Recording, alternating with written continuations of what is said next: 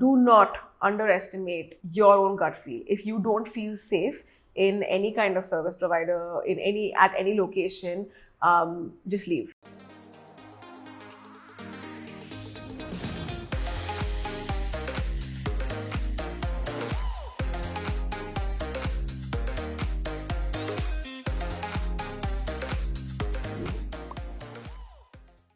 Hi, I'm Niharika Nigam. Welcome to my YouTube channel. If you've ever been to Rishikesh, you've probably seen me on the Jumping Heights billboards as the Bungee Girl. And on this channel, I talk about living through adventures and the stories and perspectives that are born from there.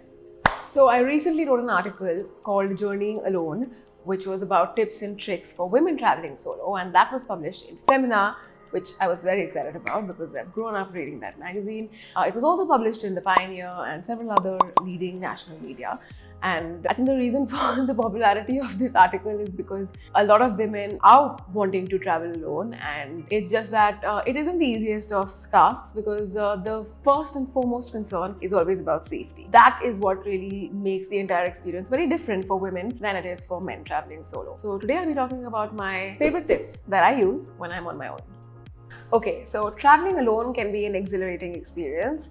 It can be an opportunity to get out of your comfort zone and make new friends. And that's my favorite part about traveling alone, is that you're somehow, I think it's the fact of being more accessible. I don't know what it is, but you are always more inclined to be making new friends. And that really translates into you meeting people also that you can have as friends compared to when you're with a group of friends. I think that you're usually a lot more consumed than you realize when you are going with your own group of people, whether it's your family or whether it's your friends. So yes, that's my favorite part about the whole process, about the whole journey, about traveling solo. However, solo trips can be intimidating and they can necessitate more planning, especially if you're new. So my number one tip is to actually plan in advance. And I know that I hate writing this, I hate saying this, but it's a fact that, as a woman, when you're traveling alone and safety is uncertain, to say the least. And that kind of necessitates additional planning, especially about just the basics, like just know how the place is in terms of how the place is at night.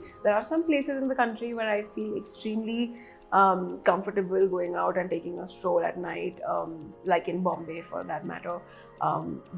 Even parts of Goa, actually. I know Goa doesn't really have the greatest reputation, but I think there are certain areas which are really shady. But otherwise, especially because these places kind of are always crowded and they're buzzing with activity, that makes them safer relatively. But just know how the night scene is, just know about the transportation, just know if your battery dies, what you're going to do exactly.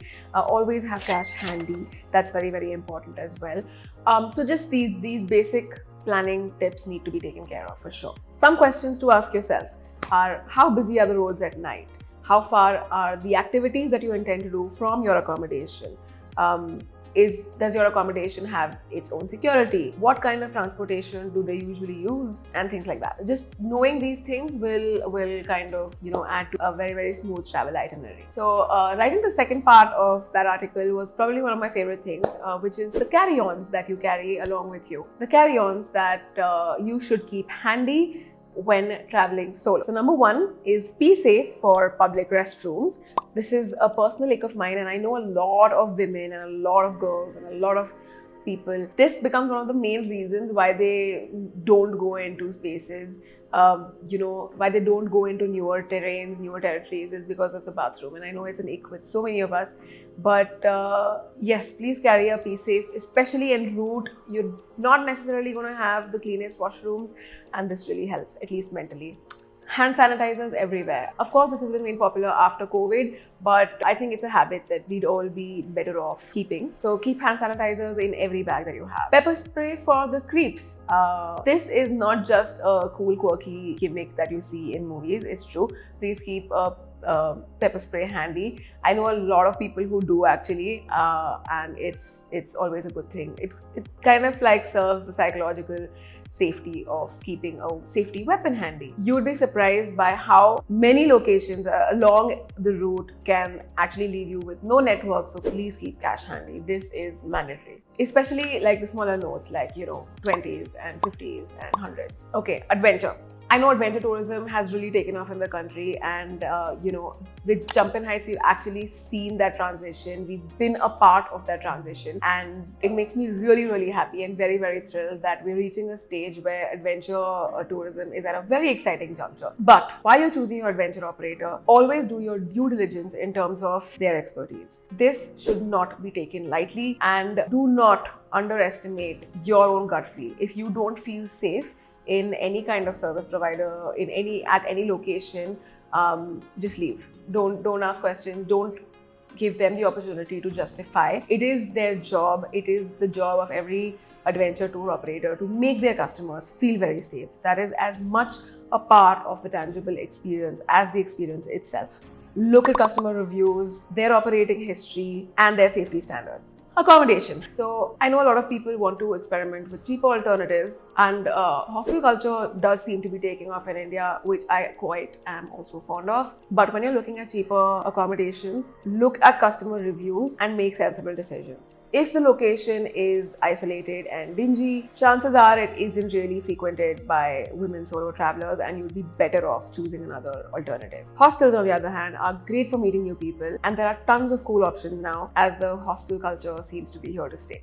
Okay, my next tip is to buy your own drinks. Please buy your own drinks whenever you're in an unfamiliar territory. Absolutely no one, and I mean no one, no matter how friendly they seem, no matter how nice they seem, let nobody else make any drinks for you. Purchase bottled water, get your own beverage made. Drinks are actually spiked more frequently than you realize, and it is absolutely unsafe to let strangers buy your drink. My last tip would actually be something that I've learned over the years, and it is to be local. Try the local experiences of that place. I know the Starbucks and McDonald's of every place are equally alluring, but give the local dhaba a shot. You wouldn't regret it. I never have. I've never lived to regret a local dhaba meal. Chances are there's a reason they're popular. And this goes beyond just food, also the experiences.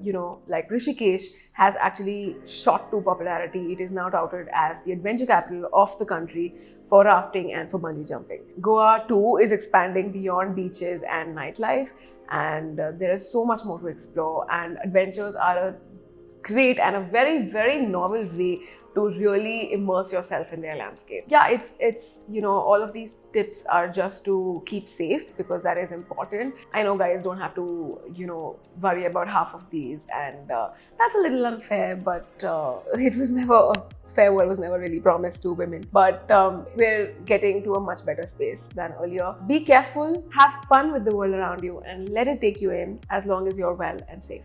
At the end of the video, I will read a line from my debut novel called 3-2-1 Jump, which is about a woman at the brink of a solo travel, and as she engages in a conversation with this guy who's basically living solo. So, I personally love that part of the book, and I will definitely share. So this is the part of the story where Nanki Mehta is telling River that this is the first time that she's traveling solo, and she tells him, "You sound like the kind of person who'd wholly and loudly encourage people to travel solo." And River replies, "Actually, quite the contrary. I think one should be able to travel alone without descending into a feeling of loneliness. It inculcates an awareness of our own completeness and an enjoyment of that experience. Ultimately, we're all going to die alone, aren't we? That's a skill one must have. But if one needs to, then too it is a cause for concern. To fall out of touch with yourself amongst people is as alarming as not being able to function without them. That you need to isolate to think and feel and be comfortable means that you are unable to do that in company. It's like getting sick from the sun. If this is going to be the case, you're going to be sick a lot. Ironically, the only way to fix that is to strengthen your sense of self to such a degree that external stimuli don't influence its ecosystem. This is your emotional immunity." That is all for today. I will be back next week with more adventure and better stories to talk about. And until then, I hope you have a great week of Jumpin' Heights.